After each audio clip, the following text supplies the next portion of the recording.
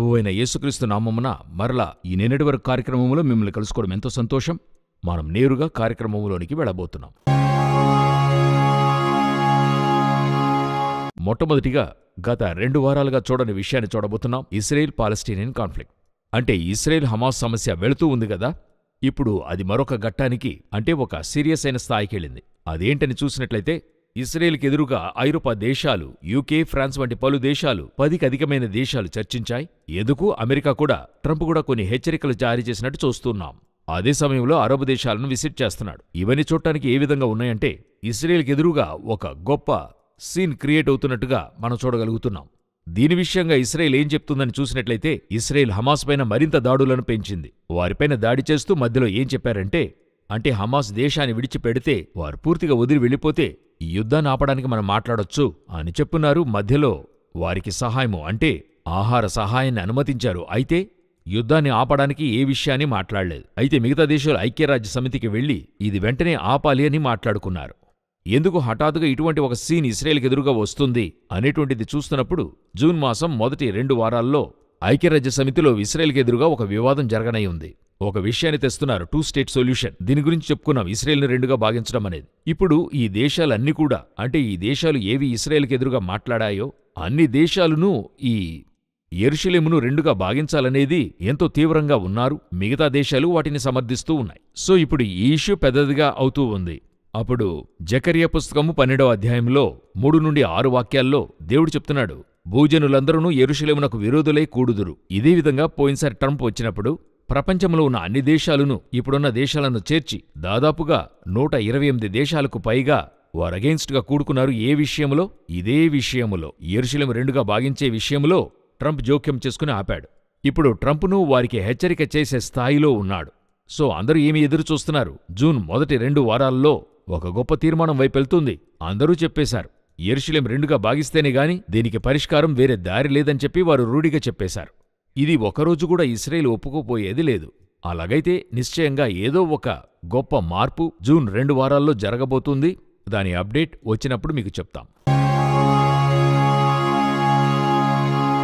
తరువాత మనమేం చూడబోతున్నామంటే, ఇది మనిషి చేసిన తప్ప లేకపోతే విజ్ఞాన అభివృద్ధియా అనేది మనమే డిసైడ్ చేయాలి. అదేంటని అడిగితే, శాటిలైట్ పంపుతున్నాం గదా, అంతరిక్షానికి ఉపగ్రహం పంపుతున్నాం గదా, ఈ ఉపగ్రహము అపాయమైన ఒక స్థితిని అందుకుందని విజ్ఞానవేత్తలు చెప్తున్నారు. అదేంటంటే, ఇప్పుడు శాటిలైట్స్ యొక్క ఎన్నిక ఎంతనడిగితే 11,700. దీనితో కూడా ముందుగానే శాటిలైట్లను పంపి వాటి పని ముగించి ఆర్బిటర్ చుడుతూ ఉంటుంది గదా, అవన్నీ కూడా 14,000 సంఖ్యను దాటాయంట. 2050 లోపల 1,00,000 శాటిలైట్లు ఉండబోతాయట.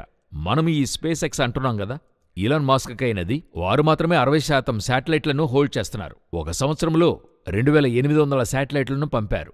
సో వారిప్పుడేమంటున్నారు, ఈ శాటిలైట్లు అధిక సంఖ్యలో పంపుతూ ఉన్నాం, అందువల్ల ఏమవుతుందని అడిగితే ట్రాఫిక్, అంటే శాటిలైట్లో ట్రాఫిక్ అధికమవుతూ ఉంది.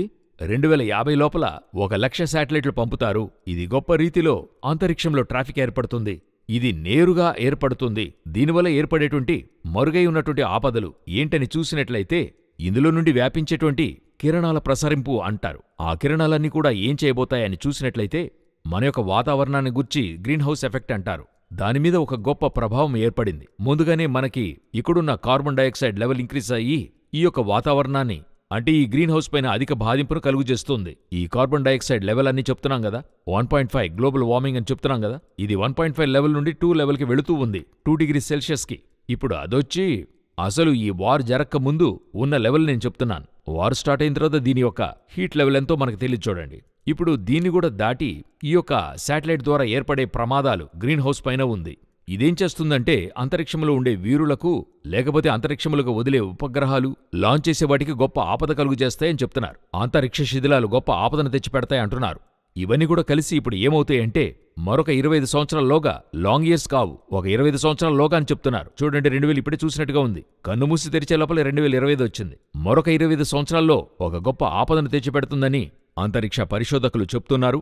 అయితే ఓబద్యా పుస్తకం చెప్తుంది, పక్షిరాజు గూడంత ఎత్తున నివాసము చేసుకుని నక్షత్రములలో నీవు దాని కట్టినను, అచ్చట నుండి నేను నిన్ను క్రింద పడవేతును, ఆకాశం నుండి నక్షత్రాలు భూమి మీద పడతాయి అని చెప్పబడి ఉంది.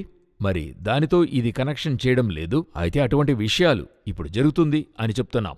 చివరిగా ఒక విషయాన్ని మనం చూడబోతున్నాం. ఇప్పుడు అర్జెంటీనాలో మెరిటో మోరానో అని చెప్పేటువంటి ఒక మంచుకొండ, వీటన్నిటికీ ఒక్కొక్క పేరు ఉంటుంది. ఎలాగ మనం ఈ శాటిలైట్లకు అంతరిక్షంలో ఉండేటువంటి ఉల్కలకు ఒక్కొక్క నెంబర్ పెట్టుకుని ఉంటారు. అది కనిపెట్టిన సైంటిస్ట్తో ఒక నెంబర్ అనేది ఉంటది కదా, ఆ విధంగా మంచుకొండలకు పేరు పెడతారు. అలా చెప్పేటువంటి ఈ వెరిటో మెరానో అనేటువంటి ఈ మంచుకొండ ఉంది కదా, ఇది దాదాపుగా 70 మీటర్లు. మీకు సులభంగా అర్థం కావాలంటే 20 అంతస్తుల బిల్డింగ్ అనుకోండి. ఒక 20 అంతస్తుల కట్టడం వరకు విరిగి పడింది. ఇదే మొదటిసారిగా ఆ స్థాయికి ఒక గొప్ప బాధింపు ఏర్పడింది. ఇది ఎందువల్ల అంటే ఈజీగా చెప్పొచ్చు, గ్లోబల్ వార్మింగ్ అని చెప్పొచ్చు. ఇది మాత్రమే కాదు, వాతావరణ మార్పు, పలు విషయాలు జరుగుతూ ఉన్నాయి. దీనివల్ల ఏర్పడేటువంటి పర్యవసనాలు ఏంటని చూస్తే, మరి గొప్ప లెవెల్లో water level increase, sea level increase అవుతుంది. ముందుగానే సీ లెవెల్ ఇంక్రీజ్ అవుతూనే ఉంది. పలు దేశాలకు, మన ఇండియాలోని చెన్నై మొదలుకొని పలు నగరాలకు వారు కాషన్ ఇస్తూ ఉన్నారు. ఏ స్థాయికి ఊర్లోకి నీళ్లు వస్తాయి, ఏ స్థాయికి ఇంక్రీజ్ అవుతుంది, ఎన్ని అడుగులు వస్తాయి అని కూడా చెప్పున్నారు. ముందుగానే ఇండోనేషియా అంతా కూడా నీళ్లొస్తాయని చెప్పి వారి రాజధాని జకర్తా లోనికి మార్చుకున్నారు. ఈ విధంగా పలు దేశాలలో పలు నగరాలకు ఇచ్చి ఉన్నారు.